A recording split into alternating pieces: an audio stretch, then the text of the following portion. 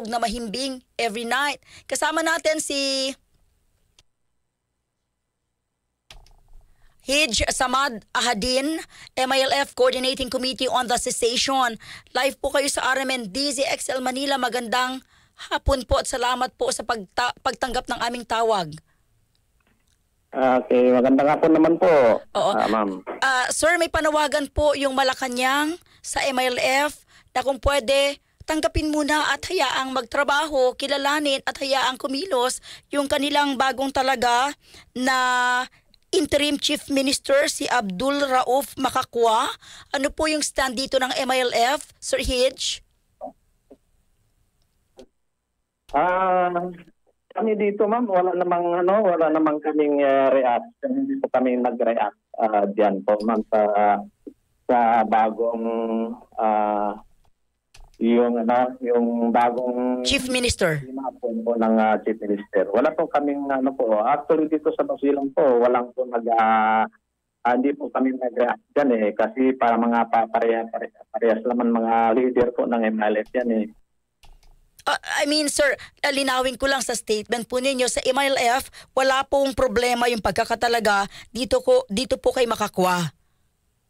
Dito po, as of now po naman, wala po naman naging problema dito man sa pagkaka-appoint po kay Abdul Rauf Makakwa. Oo, pero bakit humiganong panawagan na Malacanang sa tingin nyo, Sir Hij Samad? Yes po,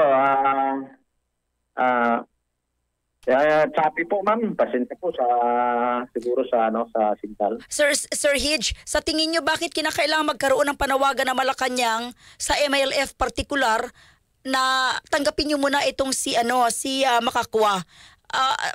Sa opinion po ninyo, sir, bakit? Dito naman po sa amin, ma'am, wala pa po kaming reaction diyan sa Basilan Mga taga-Basilan po, wala pong, hindi pa po, ang policy naman po dito, wait and see po, anong resulta po niyan, ma'am. Okay. Wala pa kayong official na statement o reaction. Dapat ho ba yan, Sir Hij, that's it. Sir Haji, no? Dapat pasensya na ho kayo. Nagkamali lang po ako ng basa. Sir Haji, dapat ho ba ito ay meron pang official na statement galing po sa inyong puno o sa inyong leader? Wala pa po kasi ongoing pa po, nag-reschedule pa po para magkakaroon ng meeting. So siguro po after magkaroon ng meeting po bago po magkakaroon ng official statement. Okay, sige Haji, na-get na po namin. Magkakaroon pa ng official meeting at lalabas ng special at official statement. Pero ito lang po, hindi ho ba ito magkukos ng division, pagkakawatak or gulo diyan po sa Basilan and sa BARM, sir?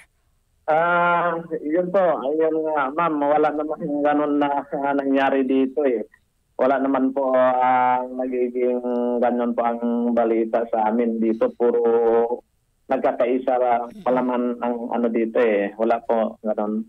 Pero kayo ho, tanggap nyo ho si Abdul Rauf Makakwa? Yun nga, katulad na sinabi namin dito, ma'am, na sila po ay mga parehas po yun, mga leader po namin. So wala naman naging problema po sa kanila sa kanila kung sino po ang lumalabas po ng magiging ICM po. Kami po ay sumusuporta po ang taga-Basilan. Okay, sige. Haji, maraming salamat. Alam ko po, abala kayo. Kukumustahin na lamang po namin yung paghahanda nyo dyan. Kumusta ho yung Basilan ngayon nalalapit po yung halalan? Medyo okay naman po. Wala naman naging problema dito sa Basilan, ma'am. Medyo hindi katulad dati. Medyo ngayon okay naman po. Kahit na kayo po ay wala na sa BARM? Okay naman po. Kahit na ganun pa ang sitwasyon dyan sa region okay pa naman po dito. Oo. Haji, maraming salamat sa inyo pong oras na pagtanggap ng aming tawag, sir, At kami po ay patuloy na makikipag-ugnayan sa inyo. Thank you po. Mabuhay po kayo, sir. Salamat, sir. Okay po, ma'am. Sige po. Welcome po. Salamat.